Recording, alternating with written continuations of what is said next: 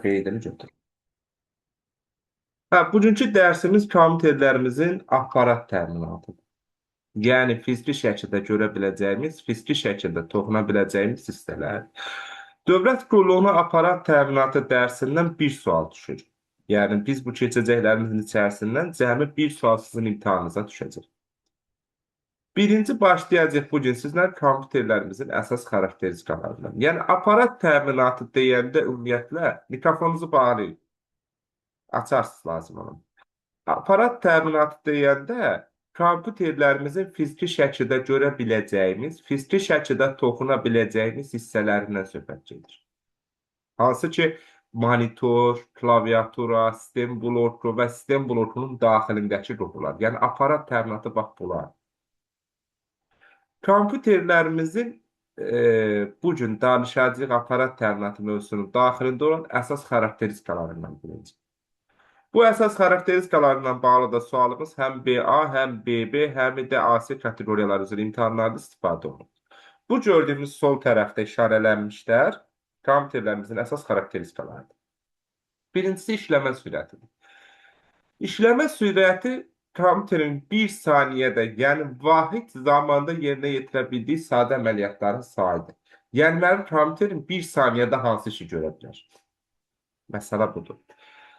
Məhsuldarlıq vahid zamanda həll olunan məsələlərin orta sayıdır. Yəni belə başa düşək ki, elə bil işləmə sürəti kompüterdə bir belə deyək də mərhələnin həllinə ayrılan vaxtsa, məhsuldarlıq təmiz o məsələnin özünə ayrılan vaxtdır. Yəni ona görə deyir ki, vahid zamanda kompüterdə emal olunan məsələlərin orta sayıdır. Yaddaş tutumu isə saxlaya biləcək informasiyanın miqdarıdır. Yəni, mənim kompüterim nə qədər informasiya saxlaya bilər? Telefon alırsınız, bax 64 GB-lıq telefon var, 128 GB-lıq telefon var. Yəni, təsəvvür edin ki, o həcmdə böyüdükcə qiymət də baha olur. Yaddaş tutumu nədir? Saxlaya biləcək informasiyanın miqdarını ölçülür. Hesablama dəqiqliyi. Kompüterlərimizin hesablama dəqiqliyi nədir? Hesablama dəqiqliyi deyir, kompüterdə emal olunacaq informasiyanın mərtəbəliyi ilə təyin olunur. Yəni, bu nə deməkdir? Baxın, kompüterdə emal olunacaq informasiya nə qədər böyük olarsa, bir o qədər dəqiq hesablama gedir. Ona görə deyir ki, mərtəbəli, yəni informasiyanın həcmi nə qədər böyük olarsa, hesablama dəqiqliyi bir o qədər, belə deyək də, çox olur. Əmrlər sistemi. Yerinə yetirə bildiyi əmrlər toplusudur. Yəni, mənim kompüterim hansı əmrləri yerinə yetirə bilir? Və kompüterimizin qiyməti. Kompüterimizin qiyməti, belə deyək də, məhsuldarlıqdan da, yaddaş tutumundan da, hesablama dəqiqliyindən, əmrlər sistemindən də, iş etibarlığından da birbaşa asılıdır. Yəni, bu məsələn, bax, yenə deyirəm, telefonunu alırsınız mağazadan. Aldığınız telefonun yaddaş tutumu nə qədər böyük olarsa, prosesoru nə qədər güclü olarsa, qiymət də bir o qədər baha olur. Ona görə standart deyir də telefonların qiyməti. Ona görə deyirik ki, kompüterlərin qiyməti birbaşa onun xarakteristikalarından asılıdır. O, belə deyək, xarakteristika, keyfiyyət göstəricilər nə qədər yaxşı olarsa, qiymət də nə olur? Bir o qədər baha olur. Bir də kompüterin iş etibarlığı var. İş etibarlığı nədir? Baxın, İllər keçsə də kompüterlərimizin öz xüsusiyyətini qoruyub saxlama qabiliyyətidir. Bax, tutaq ki, 2020-ci ildə bir kompüter alıbsan, bu gün də 2026-dır. Keçən bu 6 il ərzində sənin kompüterin ilk günkü kimi işləyirsə, donmursa, donmalardan özünü tez bərpa edirsə, zaryadkanı daha yaxşı saxlayırsa, iş etibarlığı yaxşıdır. Yox, artıq zəif işləyirsə, enerjini zəif saxlayırsa, artıq nədir? İş etibarlığı zəif. Yəni, iş etibarlığı illər keçsə də kompüterlərimizin öz xüsusiyyətini qoruyub saxlanma qabiliyyətidir. Başa düşülməyən nəsə var bura qədər? Sual varsa, əlbəttə ki, verilə bilər. Aha. Bunları qabaqda soruşacağım. Yəni, bunu yadımızda saxlayaq. Bu bizim kompüterlərimizin nədir? Xarakteristikalardır. İndi müəyyən qədər izah verib, bunu qayıdıb soruşacağım siz. Fərdi kompüterlər. Fərdi kompüterlər nədir? Ümumiyyətlə, kompüterlər o vaxt indi sizlərə kompüterin nəsilləri keçirmir. Kompüterlər o AC kateqoriyasına ayrıca keçilir. Fərdi kompüterlər ortaya çıxanda ilk dəfə fərdi şəkildə istifadə üçün nəzərdə tutulmayıb. Yəni, dövlət işlərində, xüsusi işlərdə istifadə olunurdu. Ona görə 81-ci ildən yenə deyirəm, bu sizə lazım deyil. Belə deyək də, fərdi kompüterlər yaranıbdır. Ona görə bunun adı fərdi kompüterlərdir. Yəni, ayrıca adı bu. Yəni, fərdi şəkildə istifadə üçün nəzərdə tutulmuş kompüterlərdir. Fərdi kompüterlərimizin stolüstü növü var. Sonra plan-top növü var. Planşet növü var. Kommunikatorlar var. Kommunikatorlar nədir? Yəni, belə izah edeyim də, prostoy telefonlar var, bax onlar. Sonra smartfonlar var. Hal-hazırda bu gündə istifadə elədiyimizdir. Stolüstü mini kompüterlər var. Barbie One deyirlər. Bu biraz çox yayılmış kompüter növü deyil. Subnotebook var, notebook var, planşet var. Bax, bunların hər biri bizim fərdi kompüter dediyimiz kompüterlərimizin növüdür. Hər biri. Bir fərdi kompüterin 3 əsas qurğusu var. Sistem bloku, monitor, klaviatur. Sistem bloku bilirsiniz nədir? Bir qutudur sadəcə olaraq. Yəni, bu sistem blokunun funksiyası vacib qurğuları öz daxilində saxlamaqdır. Başa düşdüyüm, bax. Nədir? Vacib qurğuları öz daxilində saxlamaqdır. Məsələ budur. Bu, yəni, bir qutudur sadəcə olaraq. Yəni, bəzi tələbələrimiz var ki, sistem blokuna prosesor deyir. Xeyr, prosesor bunun içərisində ana platanın üstündə yerləşən bir qurğudur. İnformasiya malını həyata keçirir. Sistem bloku bir qutudur. Özünüz də buradan görürsünüz. Hansı ki, o qutu bütün vacib qurğuları öz daxilində saxlayır. Monitor görüntünü əks elətdirmək, göstərmək üçündür. Monitor əgər olmasa biz nəyi harda görərik kompüterin daxilində iş gördüyümüz işi. Klaviatura isə sistem blokuna verilənlərimizi, yəni hansı ki, mətn tipli informasiyanı daxil etmək üçündür. Məsələ budur.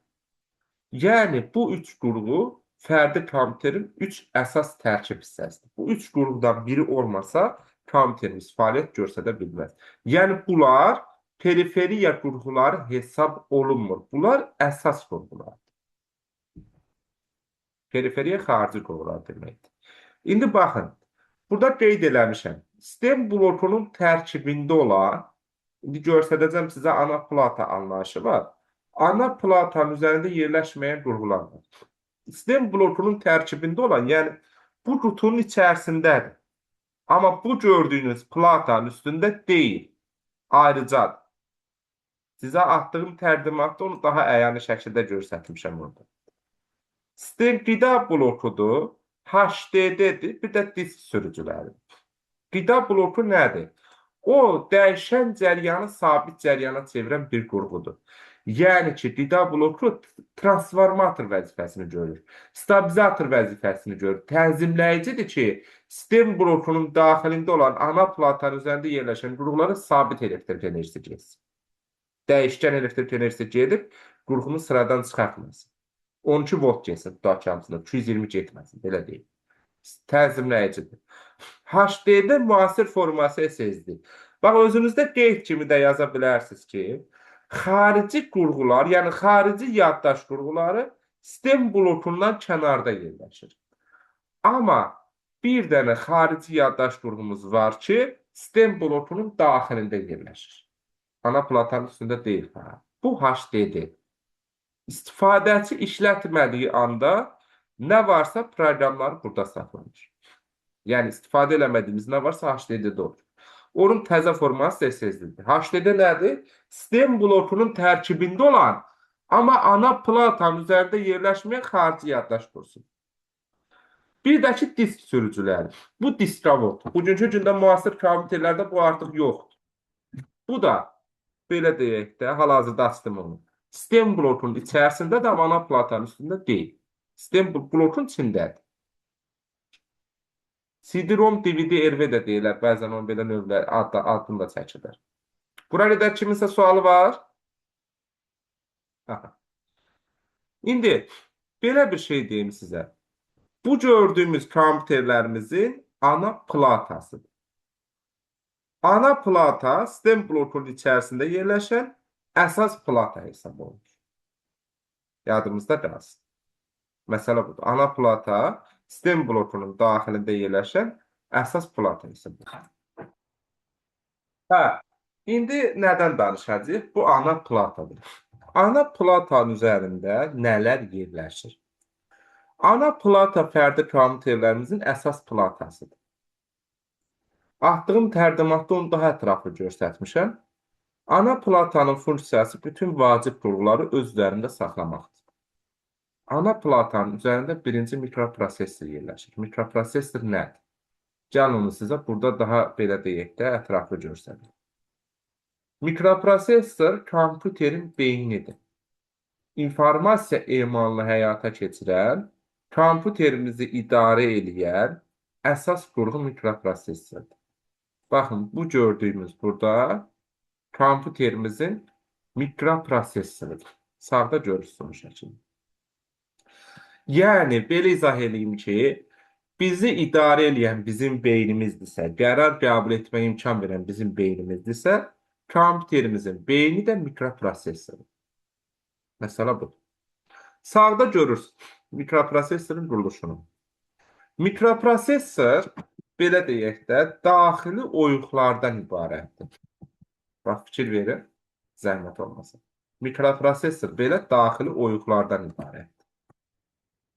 Buradaydı. Bax, fikir verirsiniz də. Həmin oyuqlar registr oyuqları adlanır, yadınızda qalsın. Prosesor informasiyanı registr oyuqlarda emal edir, həm də saxlayır. Buna görə də, saxladığına görə də, həm də prosesorun daxilində yerləşən bu registr oyuqlar registr yaddaş adlanır. Prosesorun deməli funksiyası nə oldu? İnformasiya emalını həyata keçirmək, kompüteri idarə eləmək. Və prosesorun belə deyək də, daxili oyuqlar registr oyuqlar adlandı, həm də onu registr yaddaş adlandırdı. Və registr yaddaş prosesorun içərisində yerləşdiyinə görə ən sürətli yaddaş oldu. Belə deyək də, prosesor informasiyanı burada emal edədir, saxladı. Elektrik enerjisindən də asılıdır. Siz kompüteri söndürən kimi içərisindəki informasiya yoxa çıxır. Silinir. Təzədən kompüteri açıb informasiya emal edəndə içərisində informasiya yazılır. Məsələ bax budur. Deməli nəymiş? Registr yaddaş prosesorun içərisində yerləşirmiş, kompüterin ən sürətli yaddaşıymış, elektrik enerjisindən asılıymış. Prosesorun özü nəymiş? Bəs kompüterin ana platasının üzərində yerləşən əsas qurğuymuş və informasiyanın emalını həyata keçirilmiş, kompüteri idarə etməni təmin edilmiş. Prosesorun o birisi adı CPU-dur, CPU. Bəzi mənbələrdə ALU da deyilir, amma CPU qabağımıza çıxa bilər. Məsələ kimə aydın olmadı? Bir də prosesorun bir növü də var, super prosesor. O isə mürəkkəb informasiya emalında istifadə olunur. Daha belə deyək də, çətin işlərdə istifadə olunur. Super kompüterlərin daxilində istifadə olunur. Necə ki, kompüterlərimizin xarakteristikası var idi, prosesorun da xarakteristikası var. Birincisi, tak tezliyidir. Tak tezlik bir saniyədə hansı işi görə bilər? Yenə işləmə sürətinə oxşuyur. Hertzlə ölçülür. Tezliyin sürəti hertz. Mərtəbəlik, dərəcəlik tərtib də deyirlər buna. Eyni zamanda emal edə bildiyi informasiyanın miqdarıdır prosesorun. Bir də keş yaddaş anlayışı var. Keş yaddaş kompüterdə informasiya emalını daha sürətli hala gətirmək üçün, yəni kompüterin işləmə sürətini artırmaq üçün. Bunun bir səviyyəsi də prosesorun içərisində. Ona görə deyirlər ki, birinci səviyyəli keş yaddaşını tutun. Məsələ budur. Birinci səviyyəli keş yaddaş prosesorun içindədir, ona görə. İşçi gərginlik. Baxın, real həyatda biz nə qədər iş görəriksə, o qədər gərgin olarıq. Məsələ budur da, yəni yorğun olarıq. Prosesorda idarə etmə funksiyasına malik olduğuna görə bu ana plata üzərində yerləşir də. Ana plata üzərindəki qurğuları idarə edir. Ana plata üzərində qurğu sayı nə qədər çox olarsa, prosesor bir o qədər gərgin iş görər. Bax, ona görə də biz deyirik ki, deməli, prosesorun işçi gərginliyini birbaşa ana plata təmin edir. O ana plata üzərində qurğu sayı nə qədər çox olarsa, prosesorun idarə etməsi o qədər çox olur, gərgin olur. Ona görə deyir ki, prosesorun işçi gərginliyini ana plata təmin edir. Sual var mənə bura qədər? Sualınız varsa verə bilərsiniz. Əmrlər toplusu. Əmrlər toplusu nədir? Prosesor hansı əmrləri yerinə yetirə bilər? Bax oldu. Yəni mənim kompüterimdəki prosesor hansı əmrləri yerinə yetirə bilər? Deməli, takt tezliyi idi, mərtəbəli idi, daxili keş yaddaşın tutumu idi, istigərcinlik idi, əmrlər toplusu. Bunlar prosesorun xarakteristikləri. Bəs prosesorun özünün funksiyası nə oldu? Kim deyər? Hə. Kimin yadında qaldı? İnformasiyanı emal eləmək oldu, bəli. Kompüterin beyni oldu, bəli, düz. Burayla da bunu anlayın. İndi belə deyək də, daxilində də bir dənə yaddaş var idi. O yaddaşın adı nə idi? Registr yaddaş. Elektrik enerjisindən asılı idi mi o? Asılı idi. Siz kompüteri söndürək ki, içərisindəki informasiya silinir də onu. Yoxsa kompüterdən istifadə eləmək çətin olar. İndi slot anlayışı var. Slot nədir?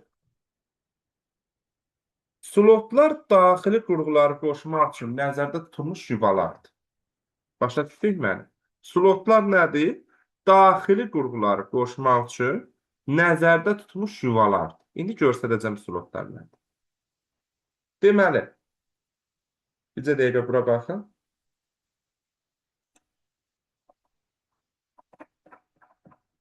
Baxın, slotlar bunlar. Bax, bu yuvalar slotlar adlanır. Fikir verirsiniz, görürsünüz də bunu. Bunlara elə bil ki, bir növ daxildəki, yəni ana platanın üzərində yerləşən qurğular yerləşir bunun üstündə. Slotlarda nədir? Ana platanın üstündə yerləşən qurğular yerləşir. Məsələ budur. Yəni ana platanın üzərində yerləşən qurğuları belə deyək də qoşmaq üçün istifadə olunur slotlarda. Məsələ budur. İndi slotların növləri bizə o qədər lazım deyil dövlət qurumunda.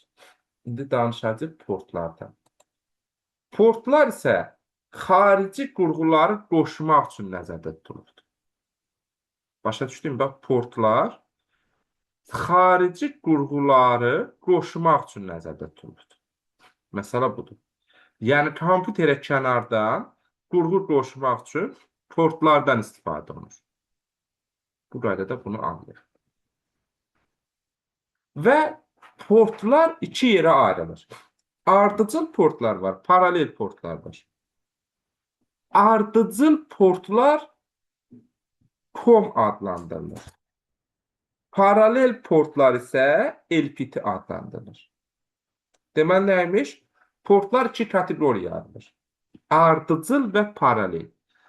Ardıcıl portlar COM, paralel portlar LPT adlanır. Gərgin işləyən qurğuları qoşmaq üçün nəzərdə tutulubdur LPT portu, zəif işləyən qurğuları qoşmaq üçün nəzərdə tutulubdur COM portu, COM yazılır. Bir dənə də portumuz var ki, universaldır. O da ardıcıl portlar sinifinə aid, amma universaldır. O da USB portudur. Məsələ budur. Bu istənilən tip qurğu qoşur. Yəni ona fərq eləmir. O, belə deyək də, qoşulan qurğu zəif olsun, güclü olsun. Fərq eləmir. Başa düşülməyən nəsə var? Bu belə getdir. Davam edeyim. Portlardan indi bax, PS2 portu var, mouse və klaviaturanı qoşur. VGA portu var, monitor proyektoru qoşur. A hərfindən tuta bilərsiniz ki, analog şəkildə ötürür informasiyanı. DVI portu var, bu da monitor proyektoru qoşur, rəqəmsal formada ötürür. HDMI portu var, bu da monitor proyektoru qoşur. Oradan fərqi budur ki, həm səs, həm görüntü ötürür.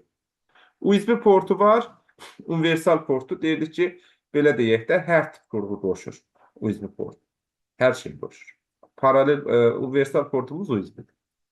Bu da elektron şaborlu monitoru qoşmaq üçün. İnanmıram bu imtihana düşür. Bu gördüyünüz. Sonra kontroller var. Ana platanın üzərində yerləşir. Kontroller nədir? Kontroller xarici qurğunun işini idarə edən mikrosxem qurğudur. Yəni, sən kompüterə kənardan bir qurğu qoşursan. Məsələn, printer qoşursan, düzdürmü? O kompüterə kənardan qoşduğun qurğunu kompüterə tanıtmaq üçün nəzərdə tutulmuş mikrosxemdir. Yoxsa, yəni, bu olmasa tanımır.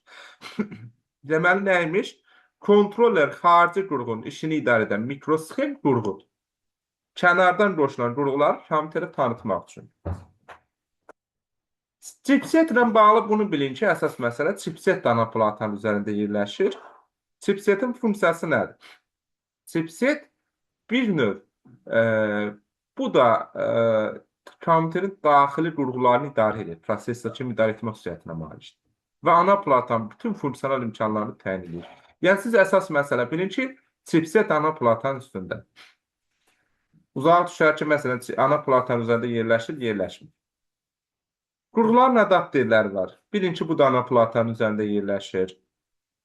Bir tezlikdən digər tezliyə keçidi təmin edir. Yəni, təsəvvür edin ki, bax, telefonumuza bir dənə flash kart qoşmaq istəyirik. Düzdürmü?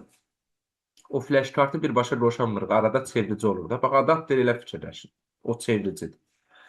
Yəni, bu da bilin ki, ana platanın üstündədir əsas. Sayğacla bağlı da əsas məsələ bilin ki, ana platanın üzərindədir.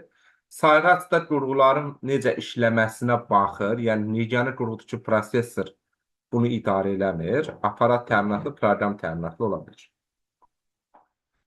Kimin sualı var? Bura qədər. Şəbəkə kartı. Şəbəkə kartı, belə deyək də, bu bizim şəbəkəyə, yəni internetə qoşulmamızı təmin edən qurğudur. Şəbəkə kartının funksiyası nədir? Bizi internetə, yəni şəbəkəyə qoşur. Bu olmazsa biz kompüterimizə şəbəkəyə qoşa bilmərik. Məsələ budur. Sağda balaca bir şəklini görürsünüz. Göndərdiyim təqdimatda böyük şəklini görə bilərsiniz. Səs kartı. Bu səsimizi qəbul edib ötürür. Bu qurğu olmasa biz hal-hazırda bir-birimizi eşitmərik. Yəni bunun vasitəsilə biz nədir? Bir-birimizi eşidir, başa düşürük. Səsimizi qəbul edib ötürür. Video kart, video adapter da deyirlər buna, ekran kartı da deyirlər buna. Baxın, bu ana platanın üzərində yerləşir. Video kartın funksiyası nədir? Video kart, yəni video adapter, bir növ monitorun ekranına çıxarılan video kadrları bunun vasitəsilə çıxardıq. Yəni video kart olmasa monitorun ekranı olar qapqara. Kadrı, görüntünü ekrana çıxardan bax bu qurğudur. Kim başa düşməyib? Zəhmət olmasa. Deməli nəymiş? Video kart, video adapter da adlandırıldı, ekran kartı da adlandırıldı. Bunun funksiyası nədir? Monitorun ekranına çıxarılmış kadrı bax bu çıxardır. Görüntü bundan çıxır ekrana. İndi qulaq asın. Video kartın daxilində bir dənə yaddaş yerləşir. Həmin o yaddaş nədir bilirsiniz? Video kadr emal edir, düzdürmü? Emal elədiyinə görə o emal olmanı yadda saxlamaq lazımdır. Bax, onu yadda saxlayan video kartın daxilində yerləşən video yaddaşdır. Yadımızda qalsın. Video yaddaş video kart vasitəsilə emal olunan monitorun ekrana çıxarılan kadrları yadında saxlayır və elektrik enerjisindən asılıdır. Avqust ayında qəbula düşmüşdü. İşləyəcəyiniz testin içərisində də bu sual var. Yadımızda qalsın, yenə deyirəm. Video kart monitorun ekranına kadrı, görüntünü çıxartmaq üçündür. Onun daxilində bir dənə yaddaş yerləşir. Həmin yaddaşın adı video yaddaşdır. Həmin o video yaddaşın funksiyası video kadrları yadında saxlamaqdır. Aydın oldu? Və video yaddaş elektrik enerjisindən asılıdır. Siz kompüteri söndürən kimi kəsilir məlumat orada silinir, saxlanan məlumat. Və bir cümləndə deyim sizə, monitorda çıxan kadrlar dedik ki, video kart çıxardır. Onu yadında saxlayır, video kartın daxilindəki video yaddaş. İndi məsələ budur ki, bax, o video yaddaşın tutumu nə qədər çox olarsa, görüntünün keyfiyyəti bir o qədər yaxşı olur. Niyə? Çünki monitora çıxarılan video kadrlar piksellər şəklindədir. O piksel sayı nə qədər çox olarsa, keyfiyyətli görüntü olur. Piksel sayında çox olması üçün video yaddaşın tutumu çox olmalı. Ona görə bilin ki, görüntünün keyfiyyəti birbaşa video yaddaşın tutumundan asılıdır. Aydın oldu, mikrofonumuzu bağlayaq. Sual olanda aça bilərsiniz. Əlavə səs gəlir. Bəhruz bəy, siz də açın. Aha, bir də bu cümləni deyim. Bax, bu cümlədə sizin imtahanlarda istifadə oluna bilər. Video alt sistem anlayışı var. Video alt sistem açıq desək hələ ki bu dövlət rolunun qəbuluna düşməyib, magistraturanın qəbuluna düşübdür, amma düşə bilər sizə də. Video alt sistem biz görüntünü necə görürük? Baxın, monitor, video adapter, bir də video driver. Üçü bir yerdə video alt sistemdir. Yəni ki, biz görüntünü monitorda görürük. Monitora görüntünü çıxardan video adapterdir. Video adapteri idarə edən proqram video driverdir. Yəni bu üç qurğu qarşılıqlı şəkildə görüntünü bizə göstərir. Başa düşdünmü mən? Aha. Bir də şin anlayışı var. Şin nədir? Şinlər naqillərdir. Yəni belə deyək də, bir növ şinlər ana platı üzərində yerləşən qurğular arasında əlaqə yaradır. Tutardı deyək, şin yəni şunur. Məsələ budur. Naqil. Kiminsə sualı var bura qədər? Yaxşı, bir dənə yaxşı sual verin. Şin, yəni mənim monitor klaviatura ilə prosesoru əlaqələndirir də. Şin ümumiyyətlə ana platanın daxilində qurğular arasında əlaqə yaradır da, naqildir, şunurdur bildiyimiz. Bəli. Təranə xanım, zəhmət olmasa Təranə xanımın özü desin. Deyə bilərsinizmi, kadrı, görüntünü ekrana çıxardan qurğunun adı nə oldu?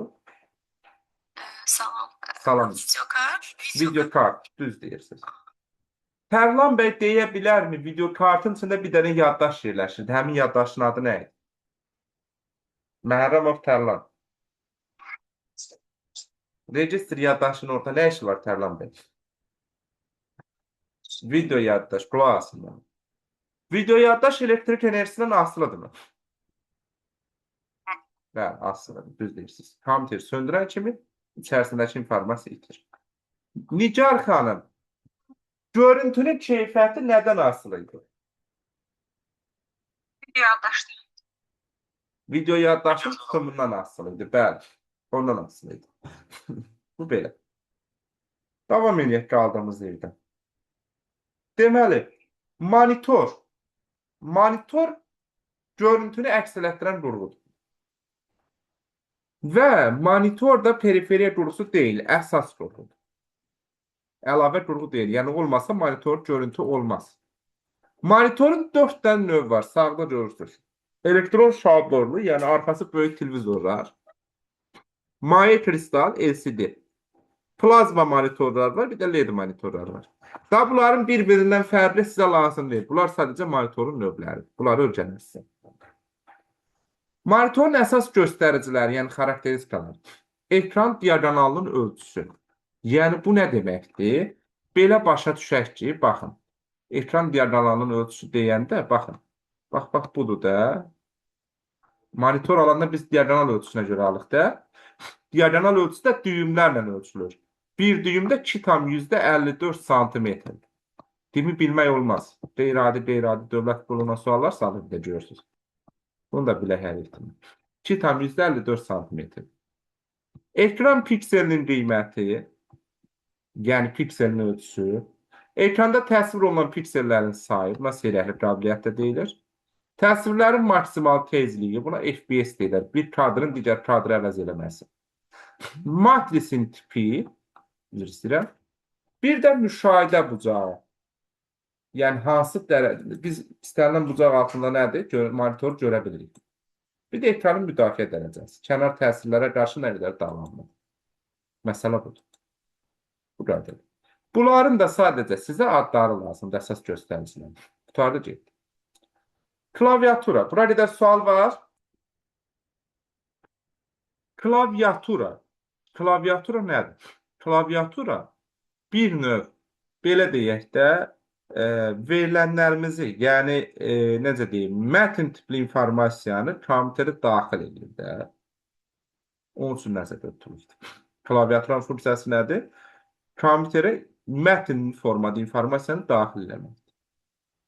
Klaviatura, belə deyək də, necə deyim, öz üzərində hərf rəqəm düymələrini saxlayır. Görürsünüz də, burada da özünüz. Funksional düymələri saxlayır. F1-dən düz F12-yə kimi. İnşallah Windows-dur, Word-dur, bunlar keçdikcə funksional düymələrdən lazım olanlar haqqında orada danışacağıq. Kursoru idarə edən düymələri saxlayır. Kursor nədir? Kursor bu gördüyümüz ümumiyyətlə ekranda. Bax, bu hal-hazırda. Görürsünüz də, bax bu. Bunu idarə edən düymələri. Yəni bu nə deməkdir? Bax, kursoru bir simvol sola keçirir. Solo. Hansı ki, mən klaviaturadan sola doğru oxu vuranda kursor nədir? Bir simvol sola keçir. Bax, fikir verin. Bir simvol sağa keçir. Məsələ budur. Ekran klaviaturasını açacağım. İndi orada daha gəlir. Bir sətr yuxarı, bir sətr aşağı. Yəni aşağı yuxarı ox, bir sətr yuxarı. Aşağı ox, bir sətr yuxarı. Aşağı yuxarı ox, bir sətr yuxarı keçirir. Bir simvol sola, yəni bir hərf sola. Sol ox, bir hərf sağa, sağ ox. Word-də çox geniş danışacağıq bunlar haqqında. Sonra home düyməsi var. Mövcud sətrin əvvəlinə keçirir. Belə deyək də, kursoru. Bir dəqiqə gözləyin. Yəni onu burada sizə göstərəcəm. Hansı ki, bax, fikir verirsinizsə, bax, bu sətrin birbaşa əvvəlinə. End düyməsi var, sətrin sonuna keçirir. Page up, page down. Buna deyirlər bir ekran yuxarı, bir ekran aşağı keçirir. Yəni yarım səhifə yuxarı, yarım səhifə aşağı keçirir. Word-da geniş danışacağıq. Sonra baxın, rəqəm klaviaturası var. Sağ küncdə görürsünüz bunu. Bax, burada.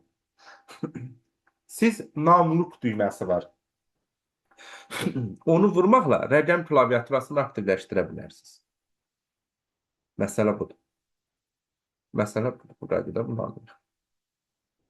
Sonra xüsusi düymələr var. Hansı ki, caps lockdur, enter düyməsi. Caps lock nədir? Registri dəyişir. Buna həm də özümüzdə qeyd edə bilərik ki, baş və sətri hərf rejiminə keçid edir. Yəni, bu nə deməkdir? Dövlət İmtahan Mərkəzi öz imtahanlarında istifadə edib bunu. Baş və sətri hərf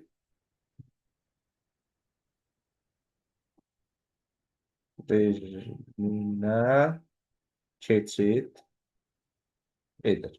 Yəni, bu nə deməkdir? Böyük və kiçik hərf rejimində. Bilin ki, onu caps lock edir.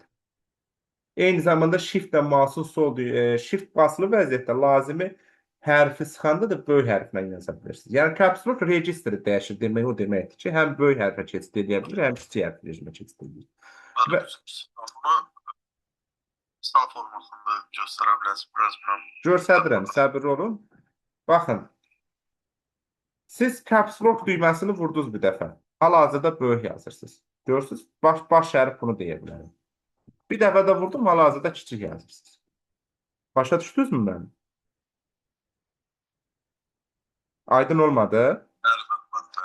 Yəni, böyük və kiçik hərf rejiminə keçid edir də qısaca. Sadəcə, mən orada düşən cümləni deyirəm ki, cümlə qabanıza çıxanda sizə yad düşməsin. Caps lock registri dəyişir, yəni böyük və kiçik hərf rejiminə keçir və ya baş və sətr hərf rejiminə keçid edir. Enter düyməsidir, təsdiq düyməsidir, əməliyyatın sona çatdığını göstərir və həmçinin də Word-də keçəcəksiniz, təzə abzas yaradır. Escape düyməsidir. Əməliyyatı ləğv edir. Yəni, bu nə deməkdir? Bax, tutaq ki, bax, nümayiş edir, düzdür. SC-ni sıxıram, escape düyməsi. Nümayişdən çıxır. Bax, fikir verirsiniz. Bir dənə bura baxın. Nümayiş edir, düzdür. Escape-i sıxıram, nümayişdən çıxır. Məsələ budur. Bu qaydada, yəni bunu anlayaq. Aydın olmayan nəsə var bura qədər? Backspace düyməsidir. Baxın, backspace məlumatı sol tərəfdən silir. Yəni, bura baxın indi. Üstündə də sola ox var, görürsünüz, backspace düyməsi. Bax, backspace-i sıram. Soldan silə-silə gedir, görürsünüz. Delete düyməsi isə sağ tərəfdən silə-silə gedir məlumat. Məsələ budur. Deməli, nəymiş? Backspace məlumatı soldan silir. Delete nə qarır bəs? Sağ tərəfdən silə-silə gedir. İnşallah Word-də daha geniş danışacaqlar.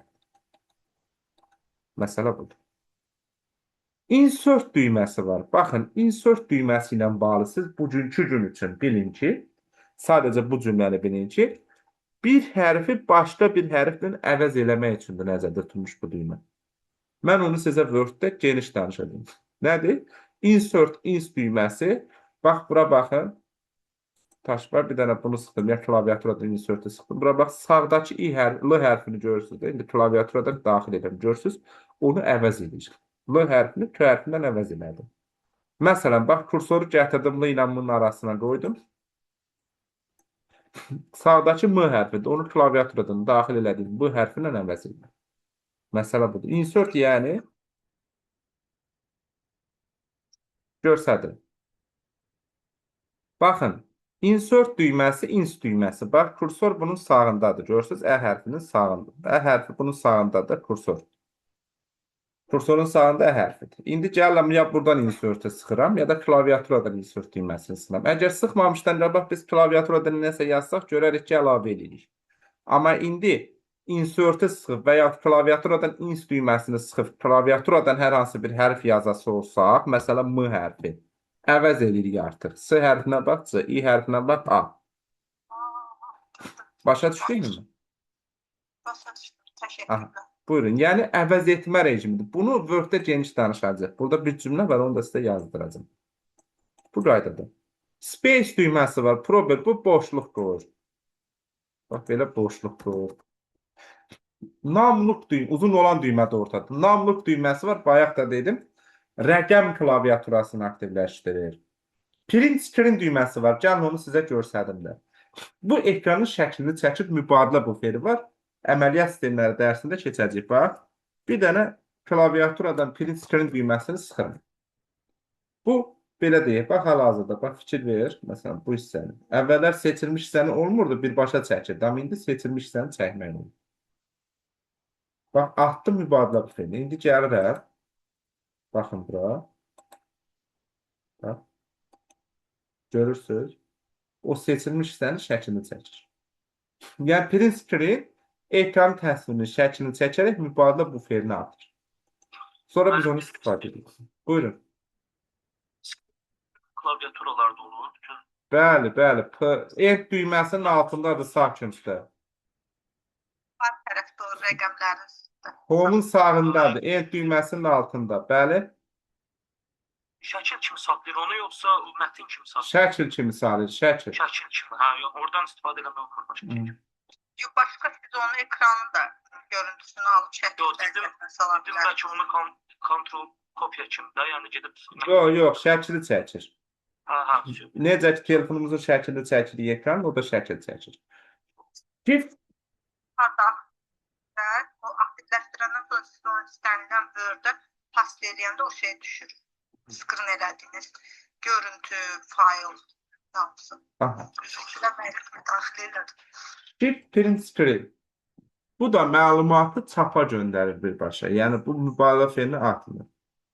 Alt print screen var, o da mübadilə buferindən lazımi pəncərənin, has pəncərənin üstündə durmuşamsa, onun şəklini çəkir. Print screen ekranın təsvirini mübadilə ferinə atır. Əsas bunu yadımıza saxlayır, şəklini çəkir. Tab düyməsi isə kursorun yeni bir neçə mövqeyi dəyişir. Üstündə sağa soluqlar var. Bax orada. Bu da beləcək. Bu qaydada bunu anlayaq. Növbəti dərsimizdə bunun qalan hissəsini izah edək.